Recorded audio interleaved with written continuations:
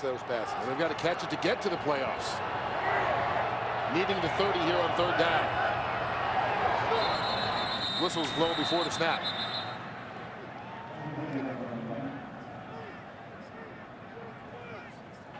False start offense number 64. 5-yard penalty, still 3rd down. That's on the left tackle, Eric Pierce. You know, guys, we're talking about all the hard work those guys on our crew have done. We should give a special thanks to Turner Broadcasting, FSN Rocky Mountain, and really all the crew that helped us out. Once again, this was a very, very difficult project to put this together. And as always, we thank our stats crew, Ed Svita, Justin Kutcher, Mike Eldridge, and Bill Cullen for their hard work. We've all talked about the airport being closed, but I-70's closed, so our truck is somewhere still 300 miles outside. Say hello to those guys, too. A lot of wire holding this thing together. Mike Bell out of the backfield. Looking for the 30, gets it. Out across the 40. And the Broncos pick up a much-needed 1st down. Mike Bell does a great job on this screen of going and finding his offensive lineman. You'll see him right here. He'll go, set up, make it look like he's blocking. Now the ball's to him. Now he's going to go freeze it right there. Those big guys right here, these 2 guys, they're the guys you want to find. He does a nice job of cutting back, and that's why you got the 1st down. 24-yard pickup on 3rd and 12. Takes it to the 42. Follow the beef, Moose. Follow the beef. Moose was the beef. That was the problem. Here's Mike Bell. Gets away. And Bell with a nice gain of 8 yards on the play. And you can see why during crunch time they like Mike Bell to run the football.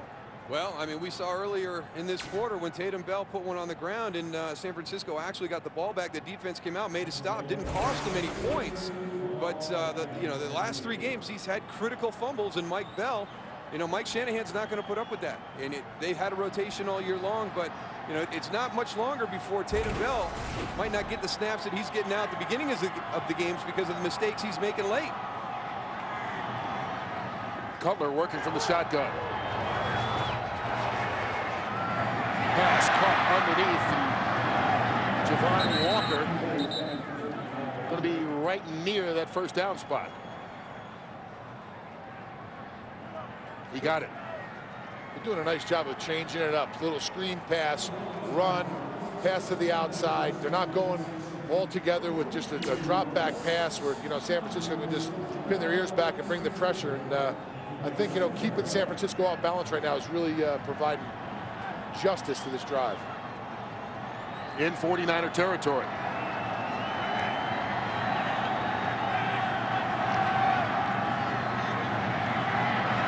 Zips that one in, and that's David Kirkus. And Kirkus picks up 10 yards. You don't have to get it all in one chunk, and we've seen Jay Cutler really struggle this half since he's been in after getting dinged up a little bit in the 1st half. But on this drive, it's slants, it's little hitches, it's a screen pass. They're not getting the ball really far downfield because his accuracy has been off the majority of this half.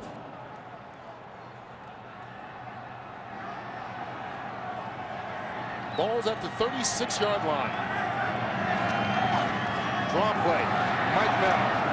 And a good job by Bryant Young sniffing that one out. And that's the first time today we've called B.Y.'s name.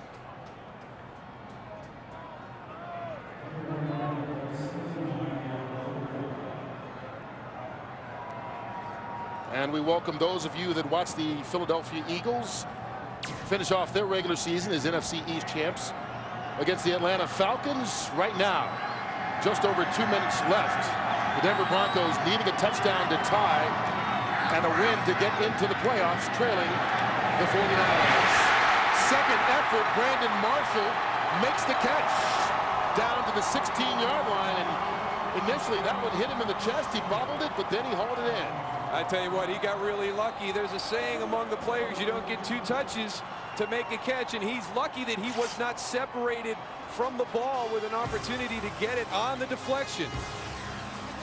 Broncos looking for the end zone to get to the postseason. Fox NFL Sunday is sponsored by the new AT&T. Your world delivered. Cholesterol. Bring 'em out.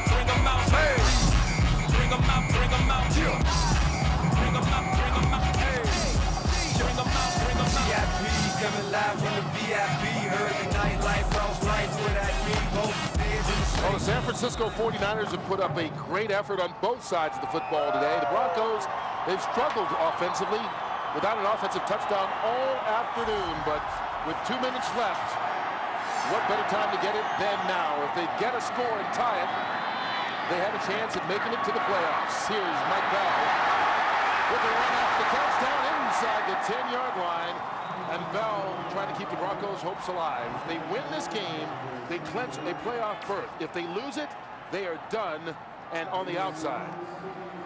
That's what's been so impressive about this drive, with everything on the line, and Jay Cutler playing erratic in the second half. He's put it together when he had to. Towards the end zone, touchdown Broncos! Tony Scheffler with the catch.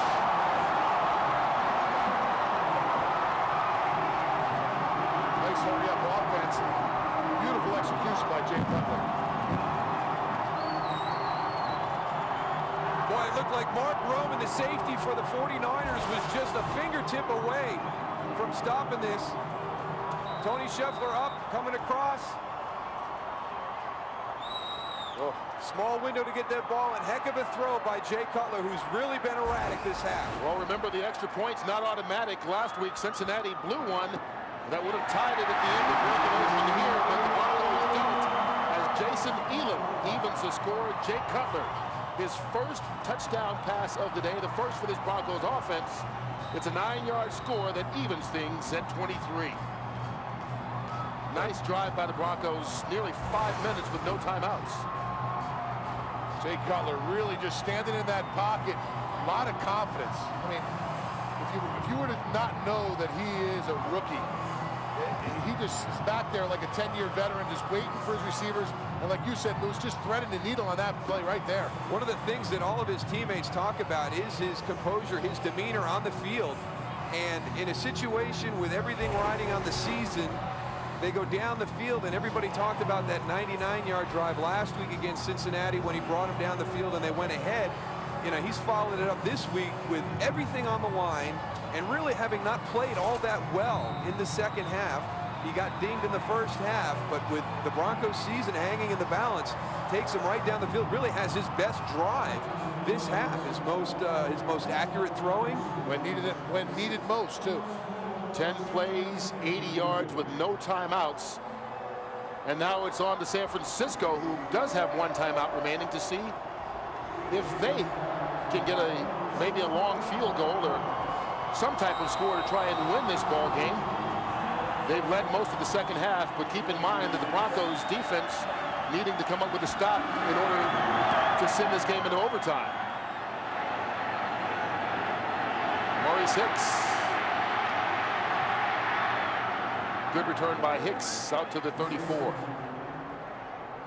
while the 49ers are at the 34, I want to remind you that 24 is coming your way. A 2-night, 4-hour event. 2 weeks from tonight, 8 o'clock, 7 Central. All right, now, The Simpsons is the best show on TV now. Better than 24. That's No way. Come on. It is. It's 24. 24. I'm taking 24. 24 is unbelievable. Have you ever seen the detective work that Police Chief Wiggum does? I mean, Jack Bauer has no chance. He could never work for the Springfield Police Department. Never. 49ers take it over at the 34. One timeout remaining.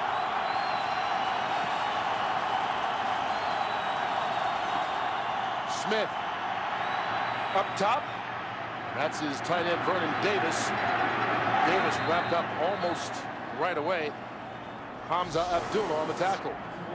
Well, keep in mind, as soon as we are done here, the OT comes your way. We'll get you all caught up on the playoff picture in both the NFC and AFC, plus word as to Bill Cowher and his future as head coach of the Pittsburgh Steelers. Smith in trouble. Lucky that was picked up. Frank Gore, the intended receiver, John Lynch, was right there on top of him. Well, you talk about a game of inches. Lucky that John Lynch didn't pick it off, but lucky that Frank Gore didn't get a hold of that. Because if he'd have turned around and got north and south, he had about 20 yards of open real estate.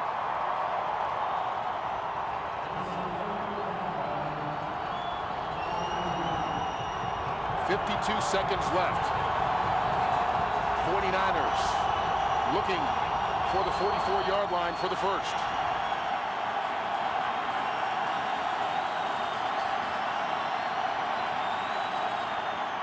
Frank Gore escapes a couple of tacklers, but won't be able to pick up the first down as he stopped about 2 yards short.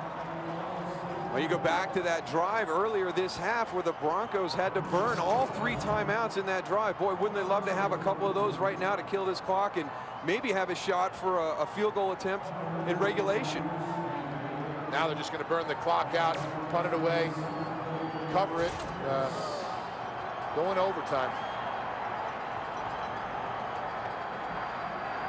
Andy Lee on the punt, and you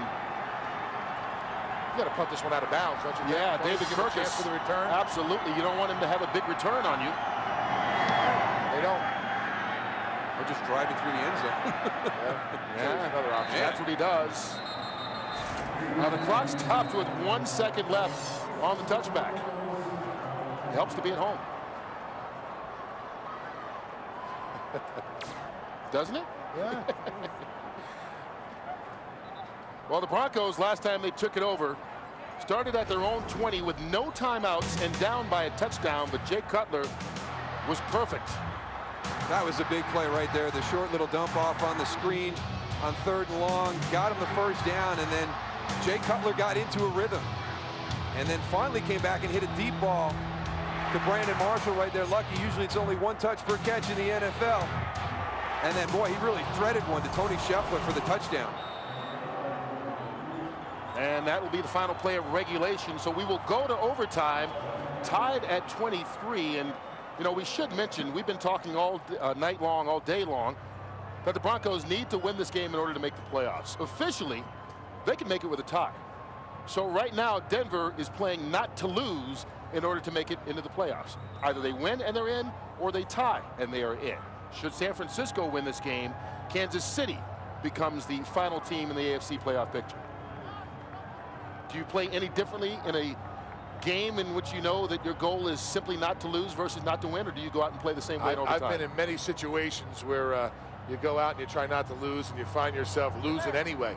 You got to go out there with, you know, you want to win this game, and that's how San Francisco is going to go out today. They want to go out there and win this game and knock these guys out. Overtime in the National Football League. The first team to score wins. All replays will be handled by the booth in the press box.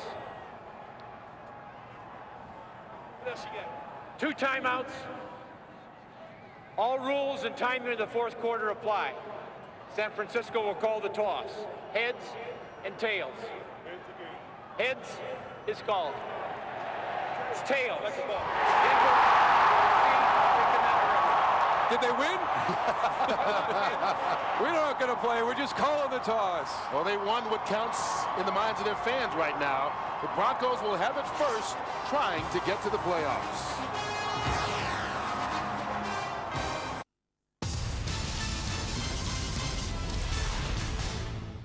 Find a way to celebrate early. If they win or tie with this football game, they will be in the playoffs. If they lose, Kansas City will get that final playoff spot. And will it be a happy New Year's Eve for these fans, or one in which they look back and go, it was a season of what if? This team started out so well, a dominant defense through the first 5 games, only giving up 1 touchdown, but they had a 4-game slump in the middle of the season, switched to the rookie quarterback Jay Cutler from Jake Plummer, bounced back, but on a day in which they needed to win to get into the playoffs and struggled up until this 4th quarter. But now they've gotten it into overtime, and Quincy Morgan gets it off to a decent start and taking it out to the 26-yard line.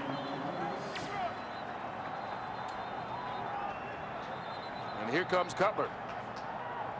And this is overtime so far this season. Home team 7-3, and that includes the Denver Broncos, who back early in the season beat the Kansas City Chiefs 9-6 in an overtime game. And who would have thought that those are the 2 teams fighting for the final spot in the playoffs right now in the AFC. Kansas City lost that one, but they could win if the Broncos lose this one. You tired? Who's that? I thought I heard an exhale from you. Here's Brandon Marshall. And Marshall gets nowhere. You know, one of the big things in overtime, though, when you get into a situation when you have some of the elements to combat is, you know, the wind. And, you know, throughout this half, it looks as though the direction the 49ers are going, the ball's traveling much better on the punts, on the kicks. So Denver gets the first shot, but we'll have to wait and see. You know, sometimes, you know, we just saw the graphic about, you know, teams who get the ball first have won 5 times this year in overtime, but I wonder if that wind could be a big factor here in this overtime period. Cutler. Fine block, Smith diving for that first down marker. We'll see how close he got. Well, he got a heck of a spot. He really did. He got a heck of a spot. And keep in mind, we don't have our 1st and 10 line, that yellow line you normally see on the field, because of some weather issues here and not able to actually get here. Now, I think we have to point it out again. This guy right here that you see on your television screen, Jay Cutler, is a rookie. I'm sure people right now are not really seeing him as a rookie, the way he's playing and the confidence he has, dropping back into the pocket. But it's amazing to me to see how under control, cool he is right now in this situation. Making only his 5th start. Hands it off to Mike Bell. Bell up the gut. And he will pick up 7 yards. Not only a rookie, but a rookie who was knocked out of the lineup in the first half. So, you know, maybe you add that to everything else he's done so far this afternoon, especially that drive to get down and tie the game up. Yeah, we didn't know whether he was going to come back from that head injury or not. And, you know, we even questioned whether he was playing at 100%. And I'll tell you right now, he looks better than ever. He certainly seems to have regrouped, led them on that drive in the 4th quarter to tie the game, and now trying to drive them to the win and into the playoffs. Bell. Oh, what a collision right in the line of scrimmage. Mike Bell ran right into Brian Young, and Young won that battle. You know, just watching the offensive line of the Denver Broncos, really uncharacteristic of them to come off in a man situation where they're just firing off the ball. You see a lot of zone with the cutbacks on them, but right here, they're just coming off the ball, trying to go and pound the ball with Mike Bell right up the middle right there. And that San Francisco defensive line, they like that. They don't want to be running sideline to sideline. These guys aren't built for finesse. They're built to go and have the ball pounded at them. And I think Denver's fallen right into the hands of the San Francisco's defense. You can see Young being helped off the field after that helmet-to-helmet collision. There's one of the guys right there. I mean, he just looks like a run stopper to me. Denver only 2 for 10 on 3rd downs today, needing only 2 yards this time. Mike Bell alone in the backfield. He gets the carry and tripped up. Keith Lewis made the stop, but Bell fell before he even got back to the line of scrimmage. Well, this has been their best defensive call all afternoon, bringing pressure off the edges. And you see here, I mean, they're coming both sides. Both safeties coming off. Who is that? Is it Brandon Marshall, number 15? He motions across. Now, he's got to recognize that there's a guy on the outside ready to blitz. He got by him in his motion, and there's no way he's going to be able to get back underneath to get a block on him. Lewis going over to Cutler and sort of not intimidating that rookie. 49ers defense stands up, forces the Broncos to punt on this first possession in overtime.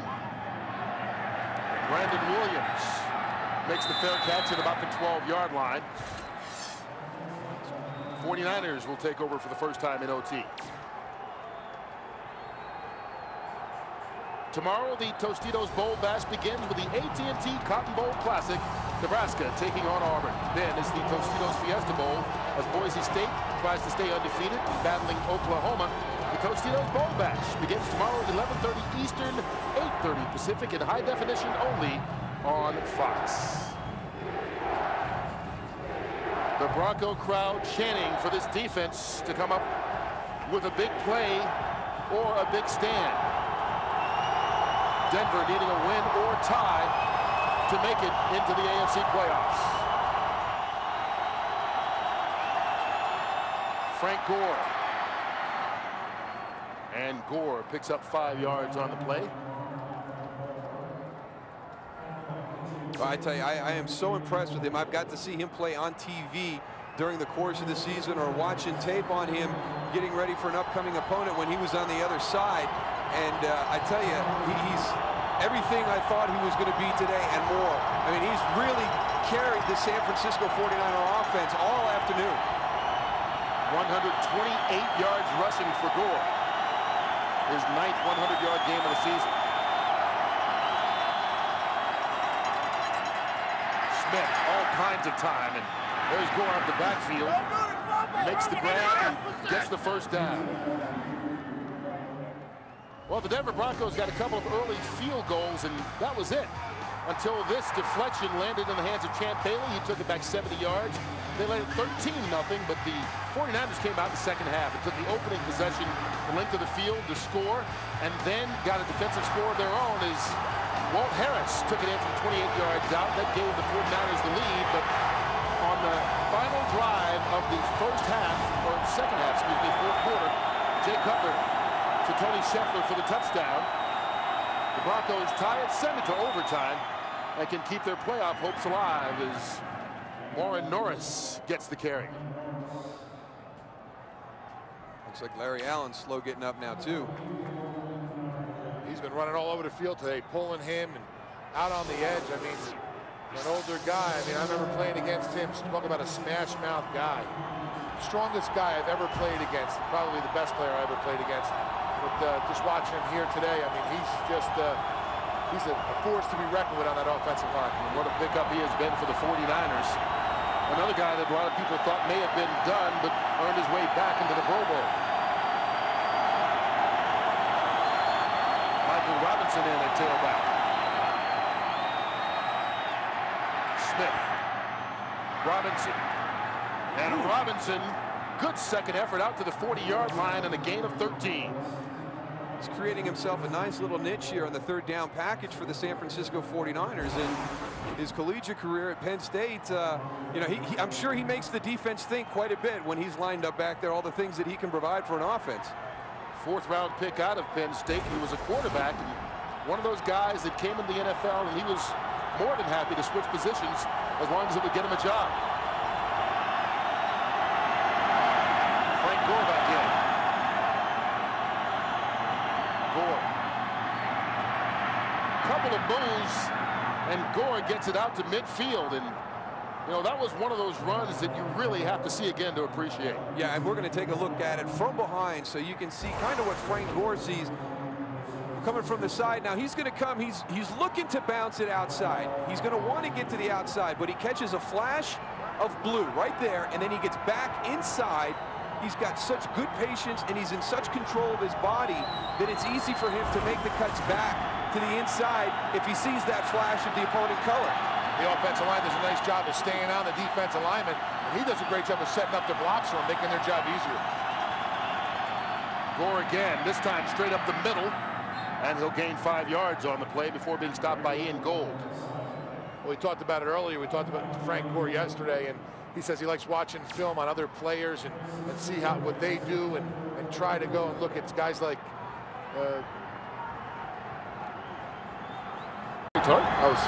somebody's talking to me. This guy. You hear those voices in your head again? Yeah, unbelievable. Here's Gore on second down, looking to try and keep this drive alive.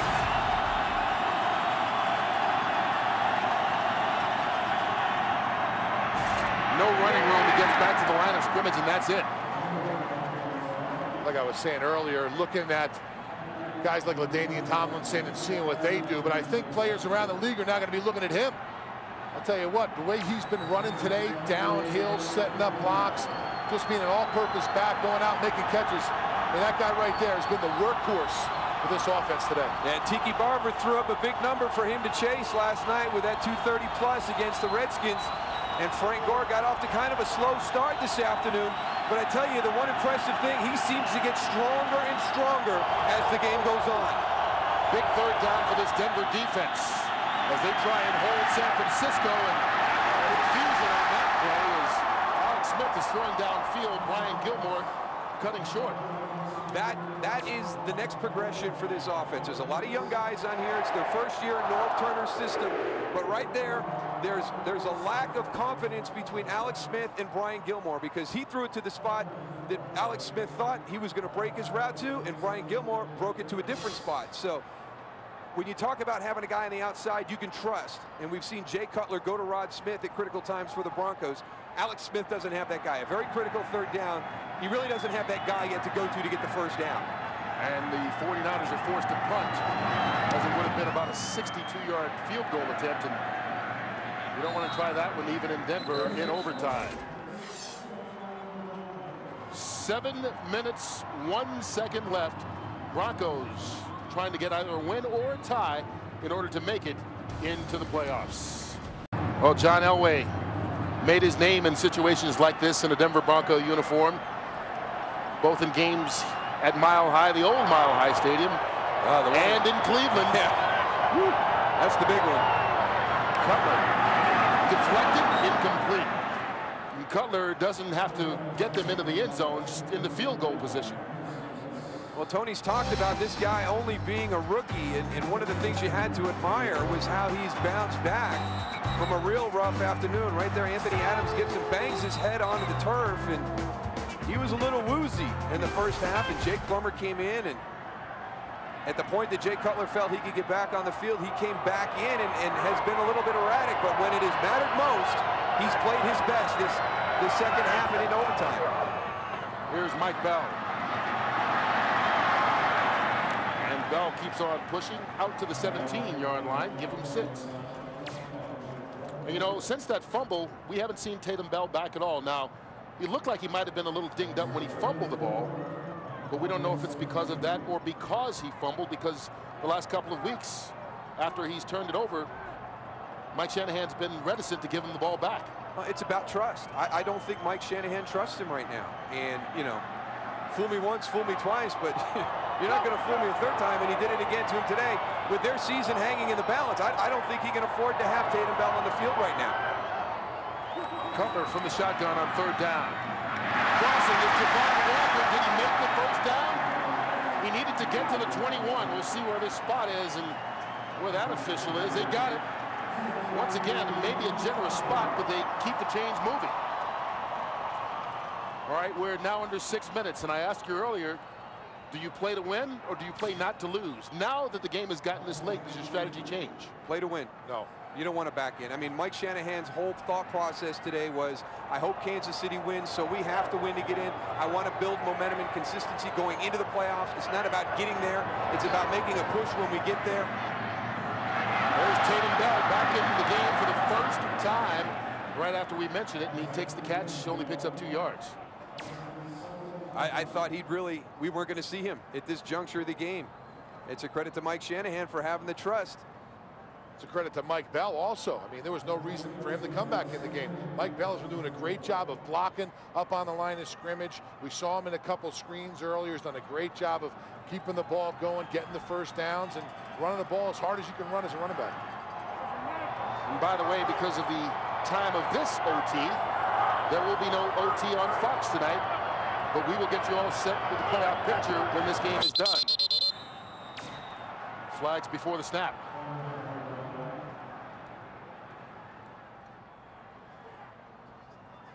Here's the call from Larry Nemmers. False start offense, number 50. 5-yard penalty, still 2nd down. Keep in mind, the playoff picture is simple. The NFC is all set as the Giants clinched that 6th and final seed last night. They will play at Philadelphia in the wild card matchup next Sunday on Fox, beginning at 4 o'clock Eastern time. The AFC is where the decision is still to be made. If the Broncos win or tie this ball game, they are the 5th seed. The Jets are number 6. If the Broncos lose, the Jets are the 5th seed, and Kansas City gets that final spot.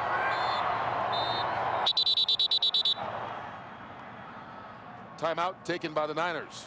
Timeout, San Francisco. That's their first timeout of the overtime. Well, tonight on Fox, animation domination begins with the best show on television, The Simpsons. Then it's American Dad, Family Guy, and a special bonus episode of American Dad. Prepare to get dominated tonight 8 Eastern, 7 Central, only on Fox. Oh, the Denver Broncos watching the clock with 4:52 remaining. A win or tie gets them into the postseason. Cutler going for Marshall, he made the catch and then dropped it. Incomplete. Brandon Marshall unable to haul that one in. And that has been his trademark the latter part of the season when he's had his most production are fantastic catches. He had one last week in the Cincinnati game. I still don't know how he got his feet down there. That's a diving catch, but I've seen him make catches much more difficult than that one. Marshall, a 4th-round pick out of Central Florida, really coming on since Cutler took over at quarterback. That would have been a 20-yard pickup at a time they could use it. 3rd and long, needing the 32. Skip to Marshall, incomplete. Well, we talked about it. They're trying to win this game. If they were trying to go for a tie, they would have been running the ball and trying to run that clock down. But right now they're going to punt it away, and the defense is going to come out and have to hold this 49ers offense, who's been playing pretty well. You see no ties in the National Football League in the last 4 years. The Broncos would be the happiest team to have a tie in probably the last 40 years. Talk about squashing momentum, though. There's no momentum with a tie. No. I mean, it's... If you're in the playoffs, you'll take it however you get there, as opposed to watching on TV, wouldn't you? Here's Brandon Williams.